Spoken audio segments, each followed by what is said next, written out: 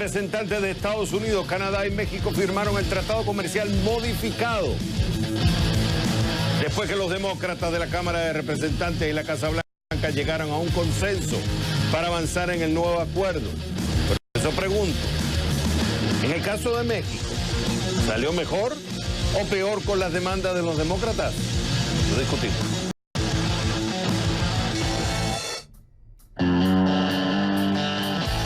Argentina estrena New President. Alberto Fernández recibió el bastón, la banda presidencial y la economía. Pregunto, ¿cómo recibe Fernández la economía argentina? Vamos a analizar.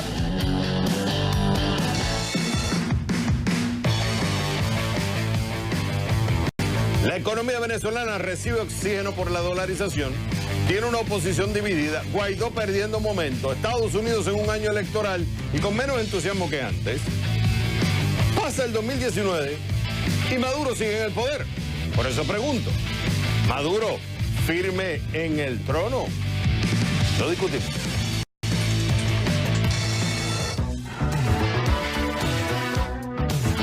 Otro esperado regreso conectado a la década de los 80. Vamos a ver un avance del Cazafantasmas, Más Allá, en nuestra división de CNN Dinero. Clics. Y con esa visión de fantasma, que se ve todo y nadie lo ve, desde el centro de producción de CNN en la Ciudad del Sol, Miami, comienza el único programa que vive la economía. Este es CNN Dinero, que arranca en 3, en 2, en 1. Vámonos.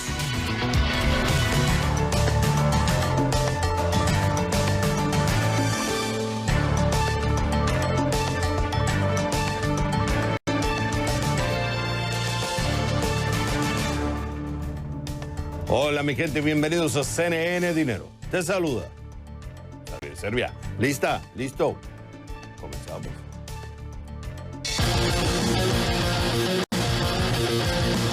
Representantes de Estados Unidos, Canadá y México firmaron el tratado comercial modificado, el famoso TMEC, después que los demócratas de la Cámara de Representantes y la Casa Blanca llegaran a un consenso para avanzar el nuevo acuerdo.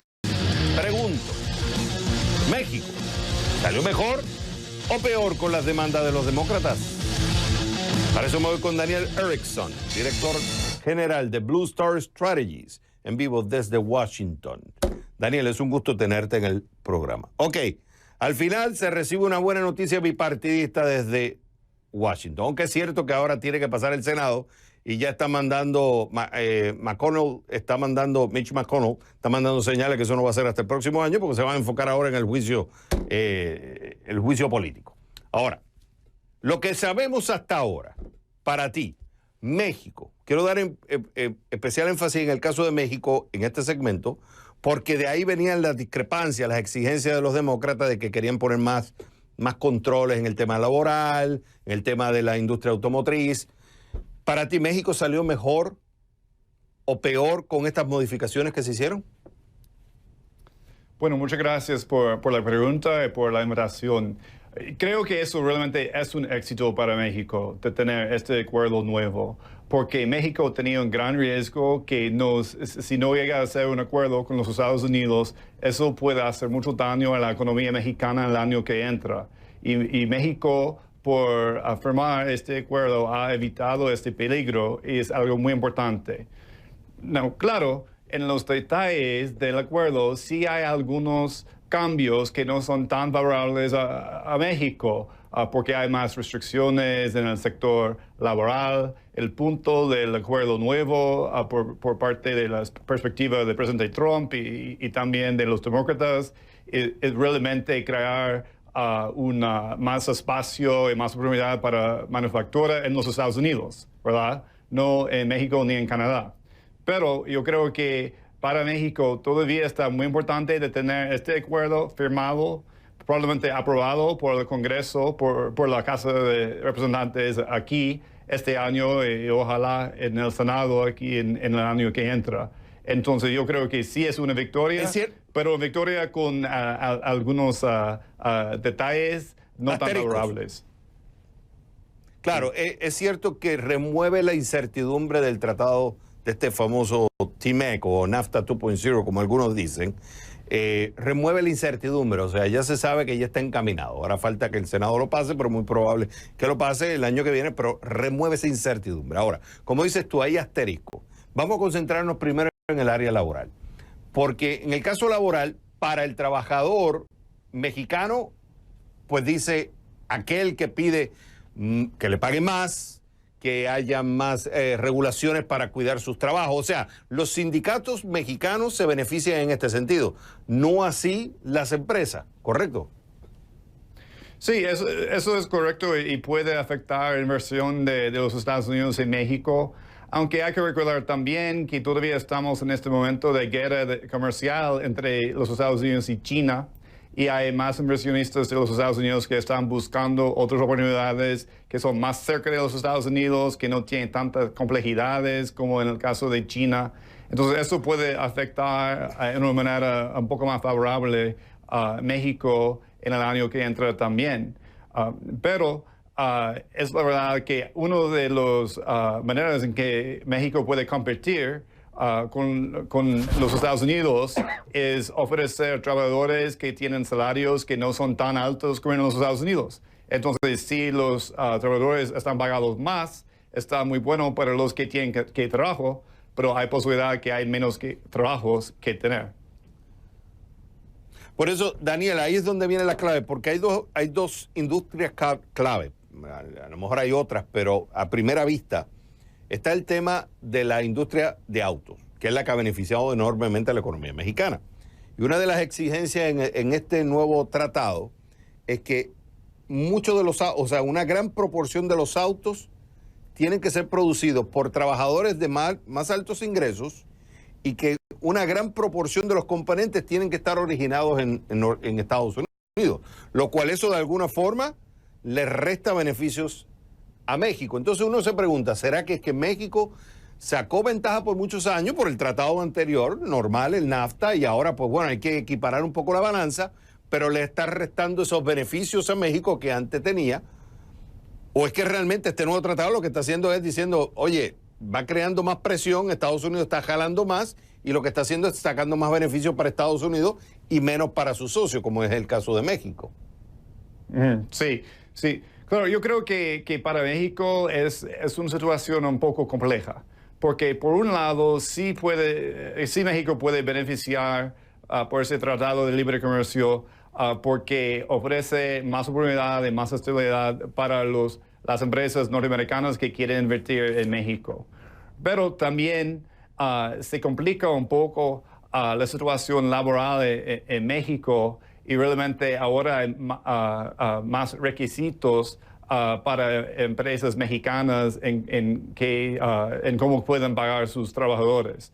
Entonces, vamos a ver, la verdad que no sabemos todavía cómo va a afectar este acuerdo en realidad en México. Yo creo que hay oportunidades muy importantes, pero claro que hay algunas otras cosas que son más delicadas que puede afectar el mercado laboral en el país. Hay me queda un minuto, otro punto clave era la famosa cláusula sunset, que Estados Unidos exigía que cada 5 años se revisara el acuerdo y si no se estaban cumpliendo con las reglas, pues entonces se cancelaba el acuerdo. En este nuevo tratado tengo mis notas que se puso un plazo de revisión del pacto comercial de 16 años, lo cual en ese caso sería positivo para México. Sí, claro que eso es positivo porque eso realmente crea una situación de más estabilidad, que las empresas norteamericanas de los Estados Unidos pueden entender que sus inversiones en México sí tienen una situación estable. Entonces, cuando México firma este acuerdo, yo lo he firmado, eso realmente puede crear un sentido de más estabilidad que está muy importante para la inversión en el país. Es importante a la gente decirle, señores, es muy complejo este tratado. Estás hablando sobre, por ejemplo, la transferencia de data. Tienes el tema de agricultura, la farmacéutica, cómo se ven afectadas. Tienes el tema de los sindicatos, los trabajadores, la industria automotriz. Son muchos detalles, pero al menos ya vamos teniendo una idea y en la medida que vayamos teniendo más información, lo iremos analizando. Lo cierto es que hoy hubo un cambio importante, la modificación se aceptó y para algunos es una victoria, para otros es un signo de interrogación. Él es Daniel Erickson, director general de Blue Star Strategies. Fue un gusto haberte tenido en el programa. Cuando regresemos a CNN Dinero, Argentina estrena nuevo presidente. Ahora es Alberto Fernández. Recibe el bastón, recibe la banda presidencial y recibe una economía. La pregunta es, ¿cómo recibe Fernández la economía argentina? Lo vamos a hablar con Javier Marcus. Él es economista y gerente de negocios en Southern Trust, en vivo desde Buenos Aires, al volver a The Number One, Oche.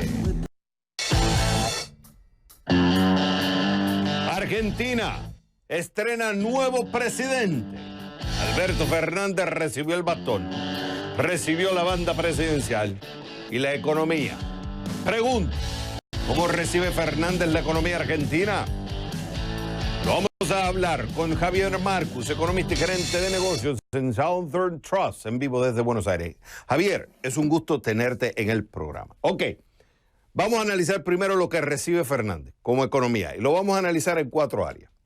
El consumidor, los negocios, las finanzas públicas y el comercio internacional.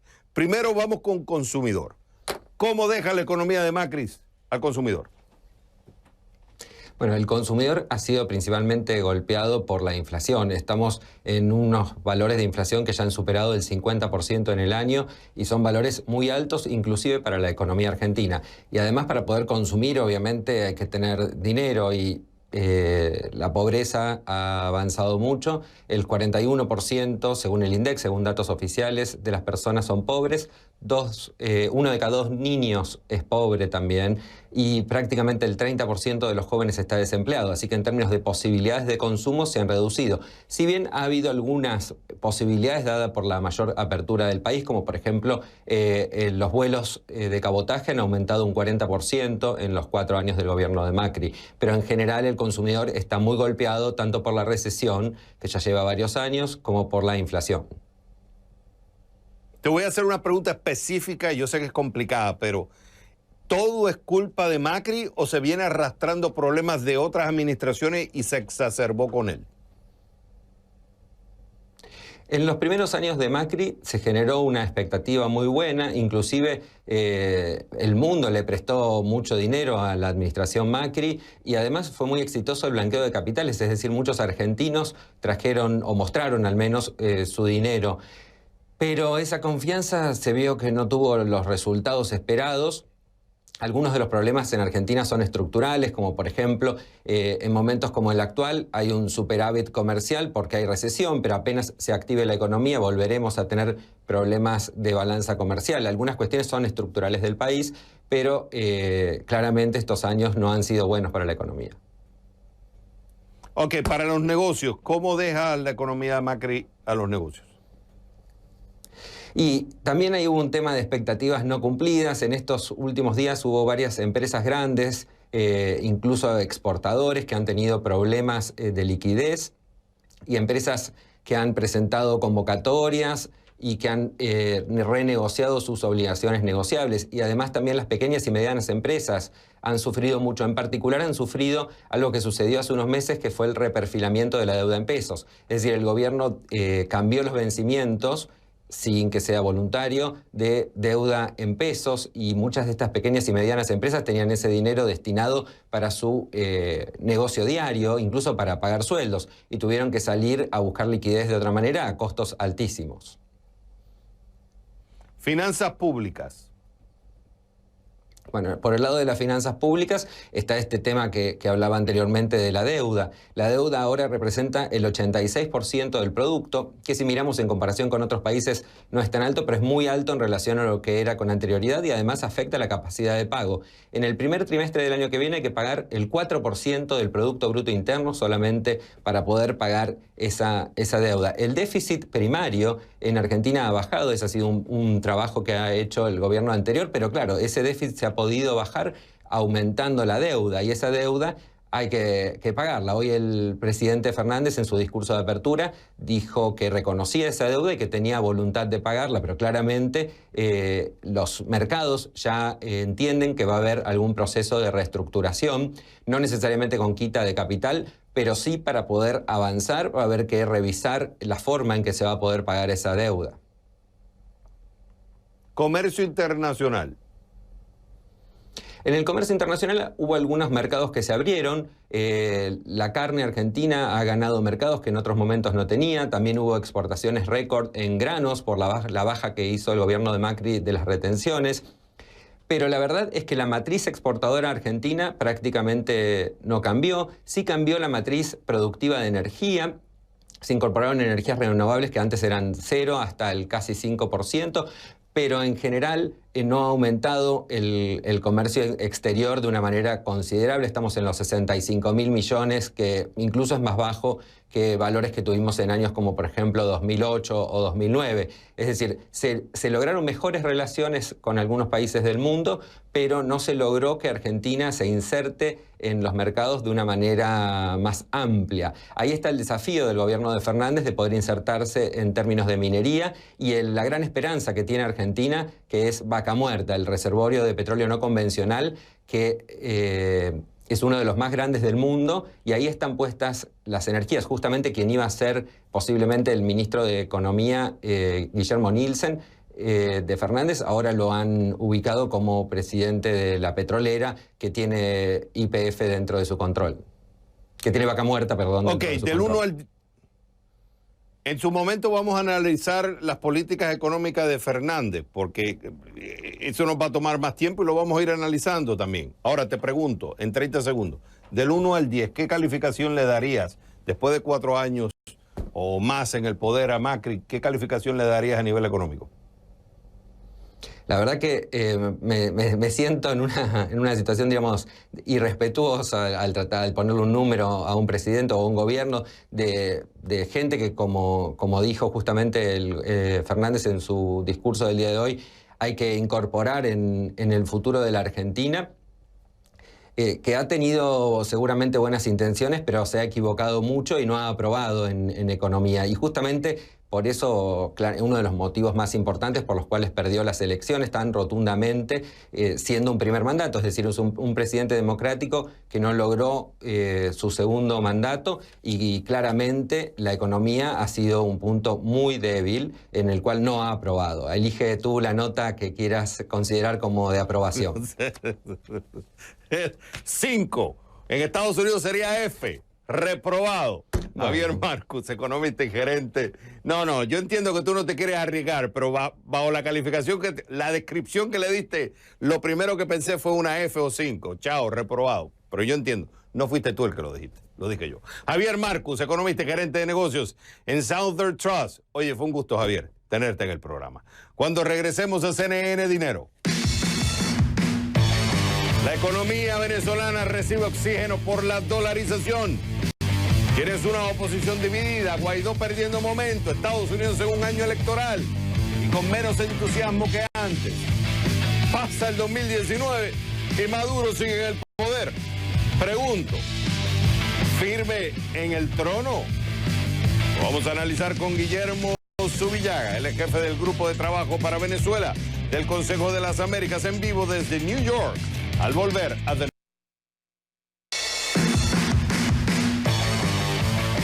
La economía venezolana recibe oxígeno por la dolarización. Tienes una oposición dividida. Guaidó perdiendo momento. Estados Unidos en un año electoral y con menos entusiasmo que antes. Pasa el 2019 y Maduro sigue en el poder. Pregunto, ¿firme en el trono? Lo vamos a analizar con Guillermo Zubillaga, el jefe del Grupo de Trabajo para Venezuela del Consejo de las Américas, en vivo desde Nueva York. Guillermo, es un gusto tenerte en el programa.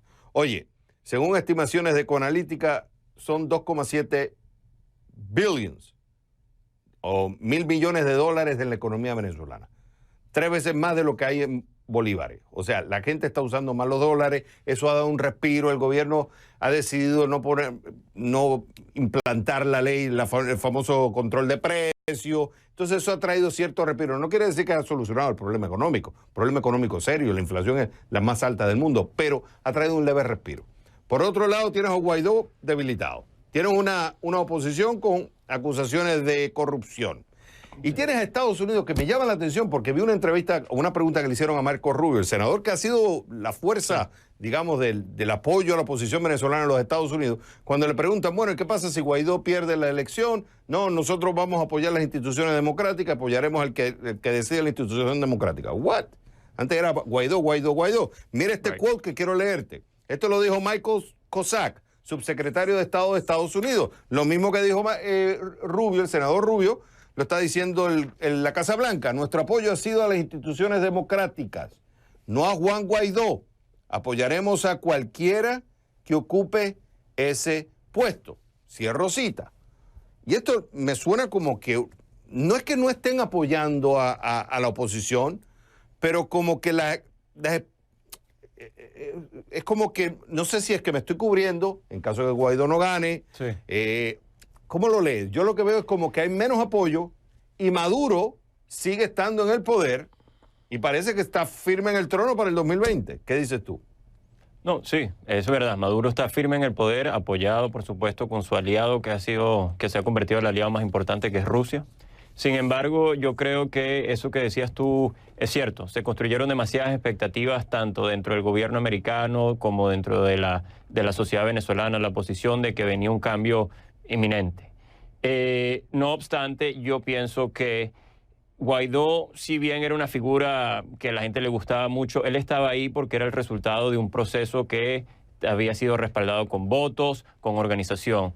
Es decir, yo creo que va a ser muy difícil que surja un outsider, que surja otra figura. Guaidó sigue siendo un líder bastante con alta aprobación relativamente con los otros líderes políticos. Y sí, esas declaraciones de Cossack, etcétera. Luego Pompeyo salió y dijo que ellos pues seguían apoyando a Guaidó y lo nombraron por persona. Y yo tengo el presentimiento que el 5 de enero, a menos de que no pase algo raro, extraordinario, que siempre puede suceder, Guaidó va a ser reelecto como el líder de la Asamblea Nacional. O sea, no hay que negar que Estados Unidos siga apoyando a la oposición. Fallos recientes, por ejemplo, con el tema de Citgo, protegiendo los activos para que no vengan terceros, como el caso de Rusia, tratar de cobrar sus deudas, tomando activos de PDVSA, en este caso Citgo en los Estados Unidos. Pero sí siento que esa expectativa que se tenía, que se vendió, que se llevó, que se mercadeó, ha perdido fuerza. ¿Por qué tú crees que ha perdido fuerza? O sea, ¿hay algo que está haciendo Maduro bien, que lo sostiene en el poder?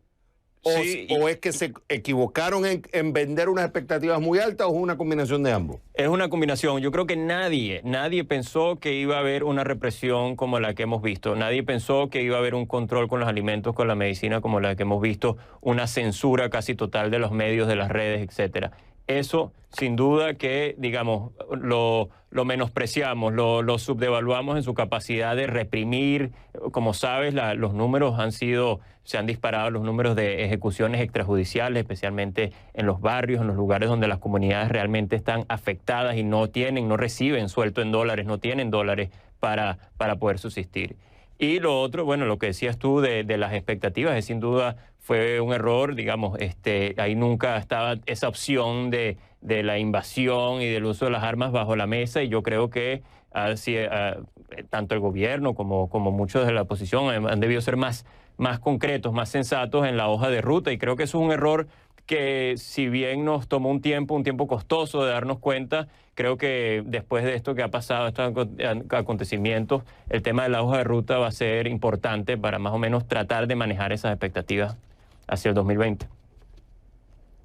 ¿Y cómo se van a manejar en el 2020? ¿Ya dentro de esas expectativas es un Maduro en el poder? Sí, bueno, un Maduro en el poder, yo creo que tiene que haber. Esta crisis está internacionalizada, Xavier, como tú bien sabes. Yo pienso que lo del 2020 en Estados Unidos le conviene a Guaidó y a la oposición. Yo no hablo de Guaidó, sino a la oposición, a la alternativa democrática. ¿Por qué? porque el número que se ha incrementado de votantes inscritos en el Florida, como tú sabes, el sur de la Florida, que ahí están esos swing districts, como llaman, que no sabes si van a votar ahorita con el tema del cambio climático, el tema de las armas, el tema de la inmigración. Unos votantes que se irían normalmente por el Partido Republicano están pensando irse por el Partido Demócrata. Entonces, Trump necesita ese estado para reelegirse. Entonces, yo creo que ese año, el próximo año, el tema venezolano no va a morirse, más bien va a estar muy activo, tanto por el lado demócrata, por el lado republicano.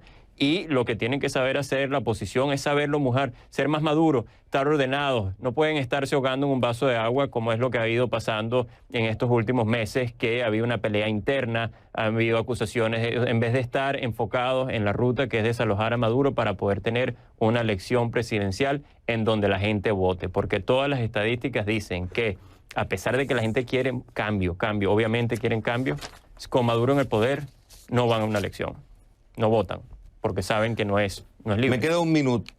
Me queda un minuto. Indiscutiblemente, al menos, bueno, tanto en acción, verbal como acción, tuvieron un apoyo de la administración de Trump. La oposición tuvo un apoyo de la administración de Trump muy fuerte, que no la tuvo de otras administraciones. Correcto. El apoyo que tuvo de la OEA fue impresionante. ¿Tú crees que fue una oportunidad perdida?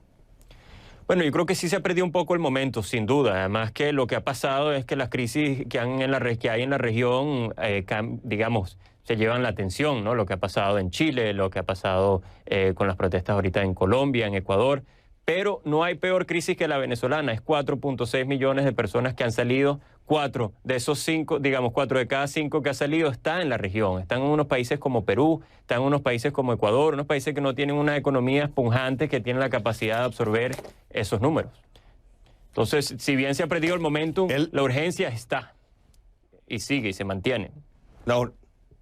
Lo que también es cierto es que Maduro cierra el 2019 y sigue estando el poder. Eso es una triste realidad. Las causas y las razones son complejas, pero eso es una realidad. Es una realidad. Él es Guillermo Zubillaga, jefe del Grupo de Trabajo para Venezuela del Consejo de las Américas. Fue un gusto haberte tenido en el programa. Cuando regresemos a CNN Dinero. Los Estados Unidos hoy suspende oficialmente todos los vuelos a Cuba que no vayan a La Habana. La última de las sanciones interpuestas que negativamente impactan la economía cubana. Los detalles lo vamos a ver cuando regresemos a The Number One, CNN Dinero. Estos son los breves económicos de CNN Dinero. Noticias que impactan a Wall Street, la pausa a los aranceles a China y el acuerdo TEMEC. Este martes, el mercado de valores recibió 2 noticias de impacto. Según el Wall Street Journal, existe la posibilidad de que se retrase hasta después del 15 de diciembre los aranceles que impondrá Estados Unidos a las importaciones de China. También, los legisladores demócratas anunciaron su apoyo al tratado comercial con México y Canadá, que reemplazará al Tratado de Libre Comercio de América del Norte. Tras estos anuncios, el Dow Jones y el S&P 500 se redujeron en 0,1%, mientras que el margen del Nasdaq fue aún menor. ExxonMobil quedó absuelto este martes de los cargos que pendían en su contra por supuesto engaño a sus inversionistas, luego de que un juez en Nueva York decidiera a su favor. La Corte dictaminó que la empresa petrolera no había inducido a error al presentar los costos de las regulaciones contra el cambio climático. Mientras que los directivos decían que habían sido transparentes en la presentación de las cifras, activistas de Greenpeace insistían en que en algún momento el gigante petrolero tendrá que reconocer su contribución al cambio climático. Facebook choca con la justicia, polémica por la encriptación de mensajes. Las ventajas y los riesgos del cifrado de mensajes entre plataformas tecnológicas fue el tema de debate este martes cuando representantes de Facebook acudieron a una comparecencia en el Senado estadounidense. La tecnológica asegura que es necesario garantizar la seguridad digital sin excepciones, mientras que el secretario de Justicia de Estados Unidos, William Barr, considera que la privacidad será un regalo para criminales y regímenes opresivos. Según cita una carta hecha pública este martes, pide que se dé acceso a funcionarios de seguridad cuando la ocasión lo merezca. La empresa Peloton tiene alguna preocupación más que los memes en Internet por el aviso comercial publicado para esta Navidad. Según Citron Research, sus acciones podrían desplomarse casi 85%, dejando el precio en $5 por acción. En un informe publicado este martes, dice que la empresa responsable de la bicicleta estática y clases en línea no tiene un modelo de negocios que destaque ni nada que la proteja de las amenazas de competidores. Aunque Peloton no respondió directamente al reporte de Citron, antes habían defendido su publicidad. Estas fueron otras breves económicas de CNN Dinero. Este martes, los Estados Unidos suspende oficialmente todos los vuelos a Cuba que no vayan a La Habana. La última de las sanciones interpuestas a la economía cubana. Patrick Upman le echa un vistazo a las tensiones crecientes entre ambos países. Antes, una multitud de visitantes estadounidenses rondaban por estas plazas coloniales en La Habana, pero ahora son una especie en extinción. La mañana que grabábamos aquí no encontramos a nadie proveniente de Estados Unidos. La industria de turismo de Cuba sufre ahora que el gobierno de Trump nuevamente les dificulta a los estadounidenses visitar la isla de gobierno comunista. Este martes, entrará en vigor una resolución del gobierno que cancela vuelos estadounidenses a 9 destinos en Cuba. Rafael, que se viste de dandy en la vieja Habana y les cobra a los turistas para sacarse fotos con él con su cigarro gigante, dice que lo perjudica. Ya no hay nada, ya no hay nadie. Como candidato presidencial, Trump prometió revertir la apertura del gobierno de Obama hacia Cuba, en un guiño hacia los cubano-estadounidenses, principalmente en Florida, que se oponen al acercamiento con Cuba como presidente, cumplió esa promesa con creces. El gobierno de Trump ha aplicado sanciones contra barcos que traen petróleo a Cuba de la Venezuela aliada, lo que crea largas colas en la isla para conseguir combustible. Funcionarios estadounidenses culpan al apoyo cubano por la supervivencia del régimen de Maduro en Venezuela a pesar de las sanciones. Los cruceros que solían llenar los puertos de La Habana y los turistas que traían ya no están, después de que el gobierno de Trump ordenara a las empresas que se fueran de inmediato en junio. En abril, por primera vez, Estados Unidos dio permiso a que la gente que perdió propiedades en la Revolución Cubana demandara a empresas extranjeras con el uso de esa propiedad en las cortes estadounidenses, lo que provocó el enojo de aliados como Canadá y España. El gobierno estadounidense dice que seguirán intensificando la presión. Quisimos deshacer los lazos amigables del gobierno de Obama con Cuba al aplicar nuevas y más fuertes sanciones. Hemos reconocido que este vínculo no ha mejorado el régimen cubano. El reporte de los derechos humanos fue peor. Pero las sanciones de Trump no parecen estar cambiando las políticas internas de Cuba. En octubre, Cuba arrestó a José Daniel Ferrer, el líder del mayor grupo disidente antigobierno de la isla. Cuba dice que es un delincuente violento. Estados Unidos dice que es un líder de derechos humanos. A pesar del clamor internacional y de Estados Unidos, Ferrer sigue encarcelado. El gobierno de Cuba reconoce que la política de Trump hacia Cuba ha causado más dificultades económicas, pero dice que no logrará ninguna de sus metas. Y en una expresión muy cubana, que nos quieren cortar la luz, el agua y hasta el aire que respiramos. ¿Para qué? Para arrancarnos concesiones políticas. Funcionarios cubanos dicen que el acoso estadounidense será contraproducente. Con cada nueva ronda de sanciones, el gobierno cubano dice que mantendrá su solidaridad con Venezuela y otros aliados regionales y que la presión estadounidense no hará que retrocedan ni un centímetro. Dado que el resto del mundo visita y hace negocios con Cuba, después de 60 años de sanciones económicas, no queda claro si Estados Unidos aísla a Cuba o se aísla a sí mismo. Patrick Upman, CNN, La Habana. Cuando regresemos a CNN Dinero, otro esperado regreso conectado a la década de los 80. Vamos a ver un avance del cazafantasmas. Más allá, en nuestra división de CNN Dinero Clicks, al volver a The Number One, CNN Dinero. Camilo, tiene el tema de dos mujeres. Una que mandó un mensaje que para algunos es, hey, ahora aquí mando yo. Y otro es una de las mujeres más extraordinarias de América Latina.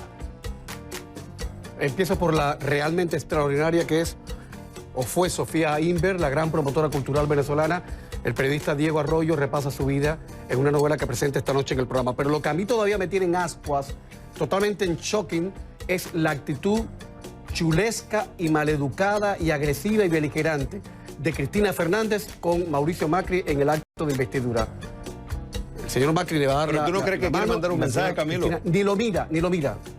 ¿Perdón? ¿Tú no crees que quiere mandar un mensaje? Sí, el mensaje es evidente, porque el señor Fernández Alberto fue muy cálido con Macri, muy cariñoso. Ella no, ella para su gente dijo, soy Cristina, estoy de vuelta y vengo con todo. Es un flaco favor que le hace la democracia, la verdad es esa, en mi opinión. Señores, eso es Camilo, va a estar bueno en solo momentos.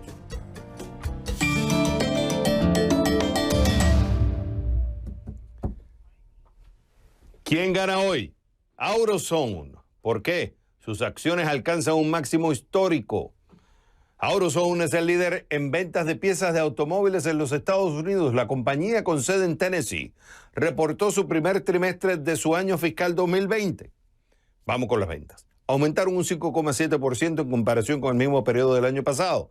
AutoZone se ha beneficiado de una variedad de factores que impulsan la industria de reparación de vehículos en Estados Unidos, como vehículos más viejos en la carretera y un clima invernal más duro. Vamos con las ganancias. 350 millones de dólares, una ligera disminución en comparación con el año anterior debido a mayores gastos administrativos. ¿Cómo reaccionó el mercado? Las acciones de AutoZone aumentaron cerca del 7% para cerrar en $1,250, porque sus acciones alcanzaron un máximo histórico. AutoZone se lleva hoy la medalla de oro de CNN Dinero. ¿Y quién pierde hoy? CBS. ¿Por qué? El estado de California le está imponiendo una multa de $3,600,000 por no seguir sus leyes de reciclaje. Explico. En California, la ley de reciclaje de envases de bebidas y reducción de basura permite que las personas devuelvan contenedores con un símbolo especial en tiendas para un reembolso de 5 o 10 centavos. Y por el otro lado, requiere que las tiendas ubicadas en lugares sin un centro de reciclaje reciban estos envases de bebidas en las tiendas o paguen una multa de $100 por día. ¿Qué pasó?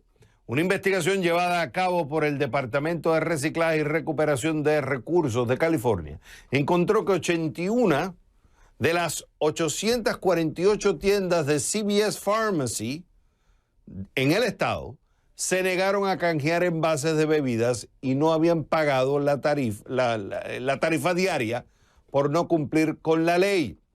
La multa, $3,600,000, incluye $1,800,000 en tarifas diarias impagas y $1,800,000 adicionales en multas civiles.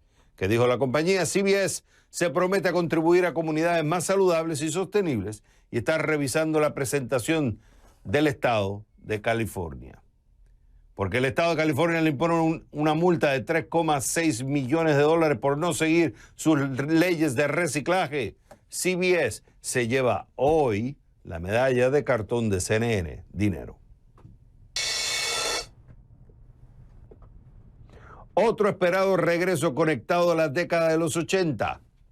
¿A qué me refiero? Vamos a ver un avance. ¿Se acuerdan del cazafantasmas? Esta vez, más allá. What is that? I don't know.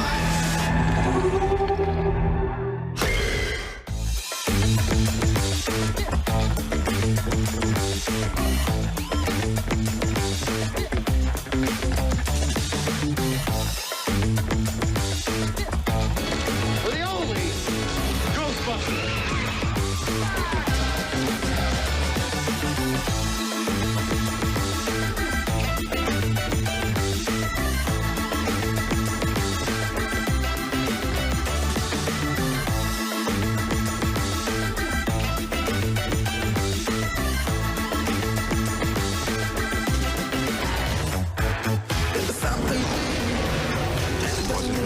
I swear it.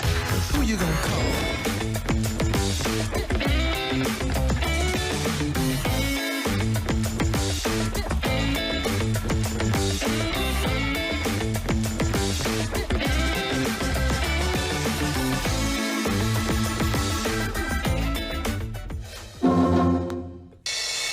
Solamente resta decirles que esto es CNN Dinero, donde la prosperidad está a su alcance.